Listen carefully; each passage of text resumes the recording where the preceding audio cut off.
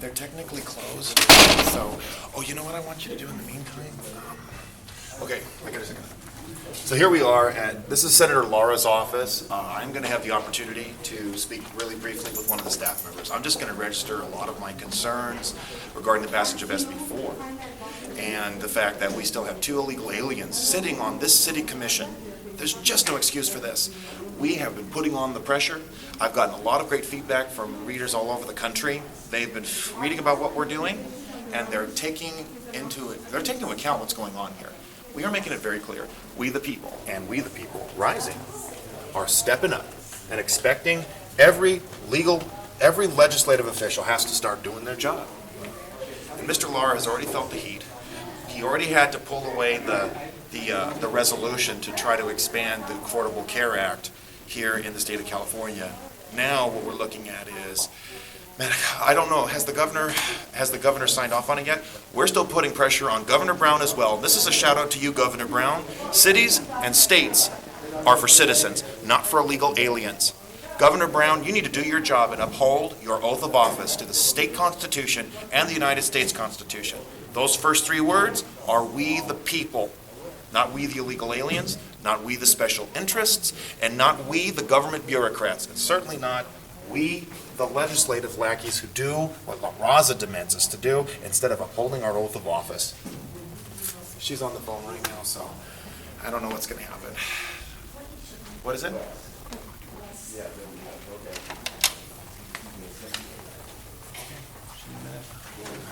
We have to wait.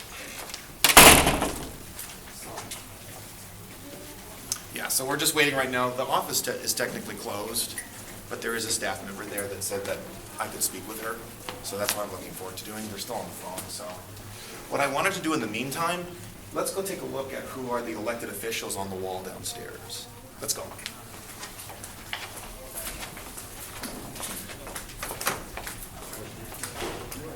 We're outside the Huntington Park City Council offices, and this is also where California State Senator Ricardo Lara's office is located. This is something I wanted to do for a long time. Let's go. Don't you find it interesting that the sister cities are listed in different areas of Mexico? Now, there's nothing wrong with that, because I live in the city of Torrance, and we have sister cities in Japan. We have a large Japanese community. But I can guarantee you that every Japanese resident in the city of Torrance, they're there legally. And we have, oh, and I can add this right now. I spoke to my mayor and one of the city council members, and they affirmed you have to be a voting resident in the city of Torrance to be able to sit on a city commission. That's what's going on in Torrance. We've already established that. Here's another patriot.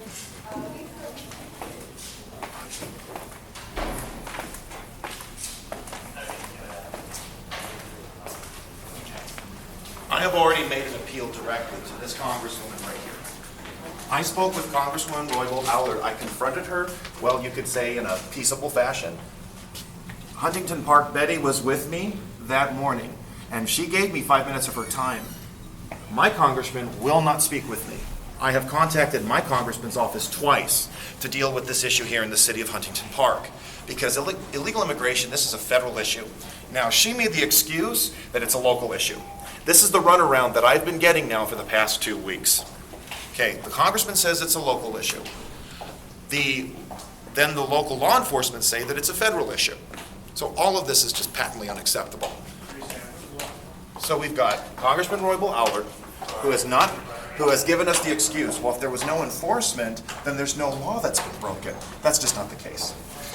Just for kicks, there's a picture of Mr. Lara, whom we have been aggressively contacting, that he needs to be doing his job representing the citizens of the state of California and this district, not pandering to illegal aliens.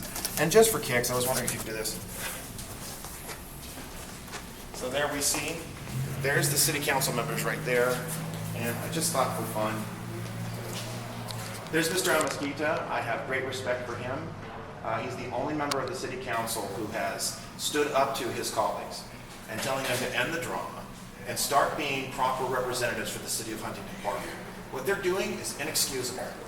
For them to put aside the hundreds of legal residents in this city and not allow them to have a seat on the two commissions is inexcusable. There's just nothing for it. This is my poster right here. I want to recall Pineda. I'm going to go for a second. Because he's the chief instigator. He's the one who appointed the two illegal aliens. You think you can put the picture right in front of his? I'd like that up there, don't you think? Sorry, just a little gag. So this is what we're doing right now. We're not giving up. We're not letting up on the pressure. We expect every elected official to do their job, and it's not to pander to one group, and it's not to do what they're told by some political machine. They got to uphold the Constitution. That's their job. It's that simple. Were these the original people that made Huntington Park great? Let's see. These were the people that made Huntington Park great, Oh right? yeah, why don't we take a look at this list? It's the first time I've seen this. These are the people that made Huntington Park great, that established Huntington Park, that built Huntington Park. It was a beautiful city when these people were running it. I've spoken with whoever I need to speak with. They instructed me that I should speak to you regarding the status of the life scans for the two illegal aliens. And you have more information about that. Okay. That's what the city clerk told me. Okay. Is that something you can speak to? I spoke. I mean, not like off the top of my head. You'd have to tell me names, and I'd have to get back to you on Sure. that. The city attorney, Mr. Glassman, told me that the two illegal aliens have been sworn, the life scans have been conducted. Okay. How is that possible? They don't have social security numbers. They don't have any legitimate documentation that shows them to be citizens in this country. Well, life scan is simply done over fingerprints. Okay. So that's what it is. You basically check an individual's fingerprint record with the Department of Justice. Okay. So an illegal alien, for example, could have been arrested. They're under illegal status in this country. So they would have a fingerprint record based on that arrest. Okay. So then it would also indicate that they don't have a social security number or those other necessary identifications. Well, correct? The purpose of life scanning is to determine somebody's criminal record. Okay. That's all we look for. We're not looking for immigration status. We're not looking for whether or not they have a driver's license or a social security number or anything to that effect. But isn't it true that if somebody is seeking a position in the city government or state government, that they submit a social security number, they submit other information to demonstrate their identity? It depends on the position. It depends on the This is a requirements of that city position. commission. I spoke to my city, So I'm not going to speak on the requirements for these two positions. I think the city clerk should comment on that. But see, I'm not this is sure the thing, the city clerk told me to speak to you. about the life scanning. Yeah, and the So I required elements for it. So you're telling me that an individual can get a city commission without having a social security number or any other evidence demonstrating that they're a citizen? It is my understanding that that is accurate. Okay, even though I've spoken now with the district attorney, I've spoken with ICE, and here's something else I want to share with you, sir. This is very important. I took your advice. You said it was a federal issue what's going on here.